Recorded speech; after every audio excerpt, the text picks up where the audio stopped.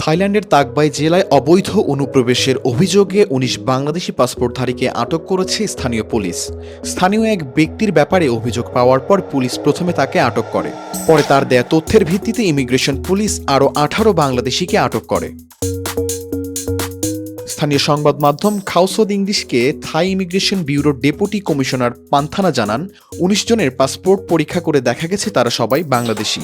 পাসপোর্টগুলোর ১৫টিতে গত ৮ জানুয়ারি, ২টিতে ৯ জানুয়ারি থাই ইমিগ্রেশন ব্যুরোর entry stamp ছিল।